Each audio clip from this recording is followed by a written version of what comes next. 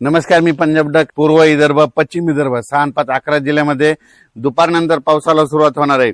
पण राज्यात सांगायचं झालं तर खास करून नाशिक जिल्ह्यातल्या शेतकऱ्यांना अंदाज लक्षात मुंबईपेक्षा नाशिककडं मध्ये 4, 5, 6, 7च्या दरम्यान माझं तर म्हणणं एका दिवस नाही, ह्या 8-7 दिवसामध्ये 1600 ते 1800 मिलीमीटर पाऊस पडेल इतका नाशिक जिल्ह्यामध्ये पाऊस पडणार आहे.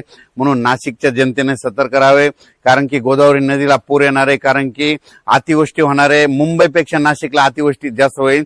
मुंबईला जरी पाऊस कमी झाला पण नाशिककडे जास्त पाऊस पडणार आहे. म्हणून हा अंदाज सर्व शेतकऱ्यांनी लक्षात. राज्यात सांगायचं झालं तर आजपासून 3 तारखेपासून राज्यात बऱ्याच भागामध्ये पाऊस सुरू होणार आहे, म्हणून हे लक्षात. त्याच्यानंतर कोल्हापूर पासून ते इकडे पालघर पर्यंत कोकणपट्टीकडे आज पाऊस सक्रिय होईल आणि त्याच्यामुळे काय होईल, राज्यामध्ये सक्रिय पाऊस सुरू झाल्याच्या नंतर सरी सुरू होणार आहेत. म्हणून हे अंदाज लक्षात. खास करून जास्त पाऊस कुठं होणार आहे तर राज्यातल्या सर्व शेतकऱ्याला सांगू इच्छितो की नाशिक जिल्हा, मुंबई जिल्हा, मुंबईमधले संपूर्ण जिल्हे, त्याच्यानंतर सांगायचं झालं तर मग अतिमुसळधार पाऊस कुठं पडणार आहे, मुंबईकडे पडणार आहे. मुंबईपेक्षा जास्त नाशिक जिल्ह्यात पाऊस पडणार आहे. म्हणजे नाशिक जिल्ह्यात जवळपास सरासरीपेक्षा जास्त पाऊस पडणार आहे. नाशिकचे जितके छोटे छोटे तलाव आहेत, पादर तलाव, तिकडे संपूर्ण भरून जातील. म्हणून हे अंदाज सर्व शेतकऱ्यांना लक्षात. गोदावरी नदीला देखील पूर येणार आहे. नाशिक जिल्हा, त्याच्यानंतर परत पाऊस पुन्हा नंदुरबार जिल्हा, धुळे जिल्हा, संभाजीनगर, अहिल्यानगर, अकोले, संगमनेर, ओझर, विघ्नर, तसंच हे असा पाऊस काय होणार इकडे जळगाव जिल्हा, बुलढाणा जिल्हा, अकोला जिल्हा, अमरावती जिल्हा, त्याच्यानंतर वर्धा, नागपूर, भंडारा, चंद्रपूर, यवतमाळ, इकडे नांदेडच्या पट्ट्यामध्ये, यवतमाळच्या पट्ट्यामध्ये ह्या 4 दिवसामध्ये 4 ते 8च्या दरम्यान अतिमुसळधार पाऊस पडणार आहे. कुठं मुसळधार पडणार आहे, काही ठिकाणी रिमझिम पडणार आहे. म्हणून हा अंदाज लक्षात येतात. उर्वरित राज्यात मात्र सगळीकडे पाऊस पडणार आहे आणि सर्व शेतकऱ्याची पेरणी होणार आहे. म्हणून हे देखील सर्व शेतकऱ्यांनी लक्षात घ्यायचं. राज्यात सांगायचं झालं तर सगळ्यात जास्त पाऊस मग नाशिककडे होणार आहे. म्हणजे मुंबईला जितका पडला त्याच्यापेक्षा जास्त नाशिक जिल्ह्यात पडणार आहे. जवळजवळ 1800 ते 2000 मिलीमीटर पर्यंत ह्या 8 दिवसामध्ये तिथं पाऊस नोंदवला जाऊ शकतो. त्याच्यामुळे नदीला पूर देखील येणार आहे. म्हणून हा अंदाज लक्षात यायचा. राज्यातल्या सर्व शेतकऱ्याला सांगू इच्छितो की सातारा जिल्हा, सांगलीकडे देखील, सोलापूर जिल्हा, बीड जिल्हा, त्याच्यानंतर धाराशिव जिल्हा, लातूर जिल्हा, परभणी जिल्हा, जालना जिल्हा, नांदेड जिल्हा, हिंगोली जिल्हा, वाशिम जिल्हा, ह्या भागामध्ये आज काय होणार आहे, दुपारनंतर चांगला सरी सुरुवात होणार आहे. ज्या शेतकऱ्यांची पेरणी नाही झाली ही 8 दिवसामध्ये 8 तारखेपर्यंत पाऊस पडणार आहे, त्या शेतकऱ्याच्या देखील पेरण्या होणार आहेत. म्हणून हा अंदाज लक्षात यायचा. त्याच्यानंतर राज्यात मध्ये उत्तर महाराष्ट्राकडे नंदुरबार, धुळे जिल्ह्यामध्ये तिकडे आतापर्यंत पाऊस पडला नव्हता. रात्री त्याला तिकडे सुरू झाला, पण आज रात्रीपासून जे पाऊस सुरू होईल तर जवळपास तिकडे 10 तारखेपर्यंत, 10 जुलैपर्यंत खूप जोराचा पाऊस पडणार आहे. म्हणून त्यांनी अंदाज लक्षात.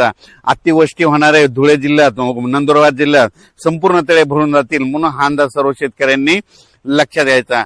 त्याच्यानंतर जे नाशिककडे पाऊस पडल्यामुळे काय होईल, जे कॅचमेंट एरिया आहे, भंडारदरा धरण, गंगापूरचं धरण, त्याच्या निळवंडे धरण, ह्या धरणामध्ये काय होणार आहे, तिकडे गोदावरीला पूर येणार आहे. त्याच्यामुळे राज्यात आवक येणार आहे. म्हणून हे लक्षात यायचं.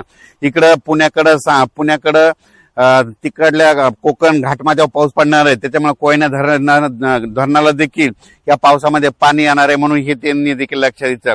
उजनीत देखील काय होणार आहे, पुण्याकडे पाऊस पडणार आहे. त्याच्यामुळे उजनी धरणाच्या मध्ये काय होईल, तिकडे देखील त्या नद्याला पूर येईल. म्हणून हे देखील त्या शेतकऱ्यांनी लक्षात यायचं. राज्यात सांगायचं झालं तर पाऊस आता हे जे आहे ना, आज 3 तारखेपासून आज दुपारनंतर सुरुवात होणार आहे. आमच्या भागामध्ये तर आजच सुरू झाला, पण काही भागामध्ये दुपारनंतर होणार आहे. त्या भागात सर्व शेतकऱ्याला सांगू इच्छितो की आज रात्रीपासून ते जवळपास 8 तारखेपर्यंत दररोज वेगवेगळ्या भागात जोराचा पाऊस पडणार आहे. सर्व शेतकऱ्याचे पेरणार आहे. या पेरणीमध्ये कोणी वंचित राहणार नाही. म्हणून हा अंदाज सर्व शेतकऱ्यांना लक्षात घ्यायचा. सर्व शेतकऱ्यांना एक सांगू इच्छितो की एक आनंदाची बातमी, ज्या भागात अद्यापही पाऊस पडला नाही, ह्या पाऊस मध्ये आज रात्रीपासून ते जवळपास 8-9 जुलैपर्यंत पडणार आहे. त्याच्यानंतर 13-14 जुलैला देखील परत पाऊस सक्रिय होणार आहे. म्हणून त्याच्यामुळे शेतकऱ्यांनी काही काळजी करायची गरज नाही. दुष्काळ वगैरे काही पडणार नाही, तुम्हाला सांगू इच्छितो.